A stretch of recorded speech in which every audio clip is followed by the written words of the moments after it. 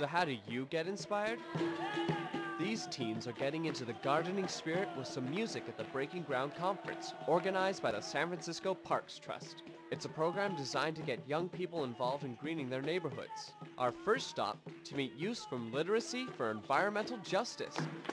We're a non-profit organization, and we grow native plants. We grow at least 10,000 native plants a year. LEJ focuses on restoring neglected urban areas and promotes the right of everyone to have access to a clean, non-toxic environment around them. Hey, I hear these guys are working with a rare native plant. Let's go help them out.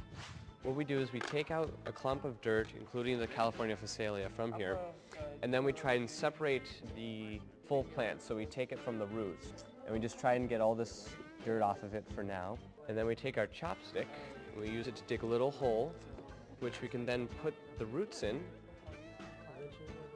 and eventually it'll grow to become this. So what's the message of literacy?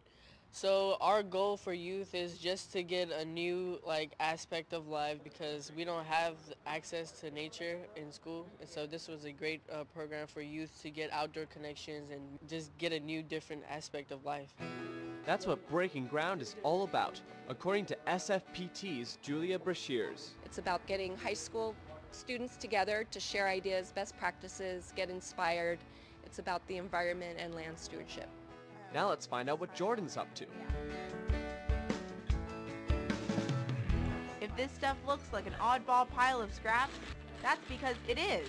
But these guys are putting it to use. What are you learning about recycling today?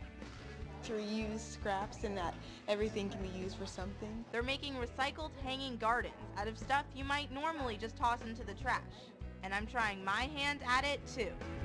Kind of hold it in the expanded form. Ian Colin is with Scrap, the Scrounger Center for Reusable Art Parts.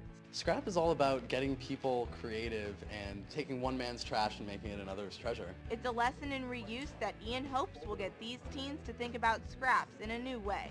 Did you know you could make stuff out of all these recycled materials? Honestly, if I looked at all this stuff, I would just throw it away. I mean, it doesn't look very interesting, but we're making really cool stuff out of it. What do you hope teens learned from this activity today? I hope that they saw that everyday things around them that they normally throw away can be repurposed to make the world better. Let's go see what Brendan's up to. Now you can't have a garden without bees. They're necessary for pollinating flowers and reproducing plants, and I know just where to find some. Wild bee populations have been on the decline, baffling scientists. Here, teens are finding out why they're so important to the ecosystem. Meanwhile, outside, we spotted another group of teens with green thumbs. Well, what we're doing here is we're transplanting geraniums. These guys are volunteers with the Visitation Valley Green Stewards. They're youth on a mission to spruce up their community. We garden at parks and gardens around the neighborhood. We do planting, weeding, watering. Right now we're teaching people how to propagate by cutting. Organizers say hands-on education like this is what it's all about. Young people are vital to the environmental movement, and they're the future, and so this conference is all learning about how you can get involved, how you can improve your communities and make our cities healthier, better places to live. Something all the youth here are working towards as they break ground for a more sustainable future.